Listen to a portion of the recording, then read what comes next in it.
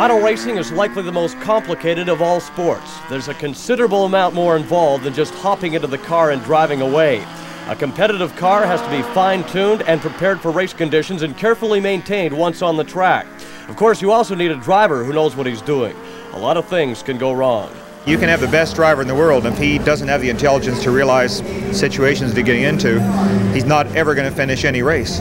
We're talking a lot about drivers, but the key thing here is teamwork and making sure that you have an excellent team behind you, because a team is going to give it to you in the pits where the work is needed to be done, and you win these races necessarily in the pits. Whether you have routine stops or if you have a problem with a stop, you have to be in and out without a flaw. It's the good teams that are well thought out, well planned, have been highly tuned, that have been together for a long time, that usually win these events. You have to have everything right on the money. You have to have a super driver, you have to have a super crew, you have to have a super car, and you have to have a super sponsor to follow everything. It takes everything to win. A victory in the Sunbank 24 Hours is worth about $50,000 plus contingency money. The cost of fielding a competitive IMSA GTP team is in the millions. The sponsors foot that big tab, but why? For us, it's a development program, plus the exposure we get. And Castrol's always a company that likes to see itself out front in motorsport, and I think it's a very worthwhile project. So what about the teams that are unable to secure major sponsorship? Here's John with that story. Well, Joe, not all the cars running here at Daytona were well financed.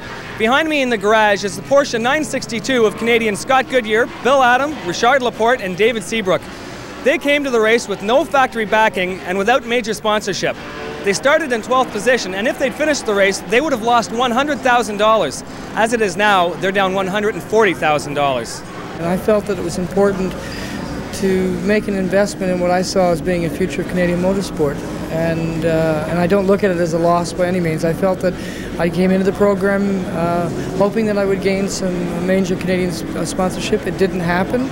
And I'm hoping that sponsors out there may look at us and realize that we were very serious and we could have been, a major contender, which would have given excellent exposure to everyone. So I guess we can conclude that all successful drivers need a great team behind them. And the one common ingredient amongst all winning teams is luck.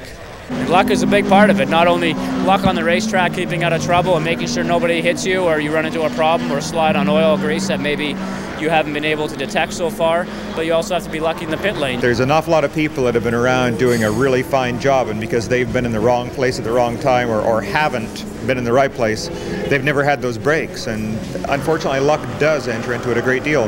That's the frustrating part of racing.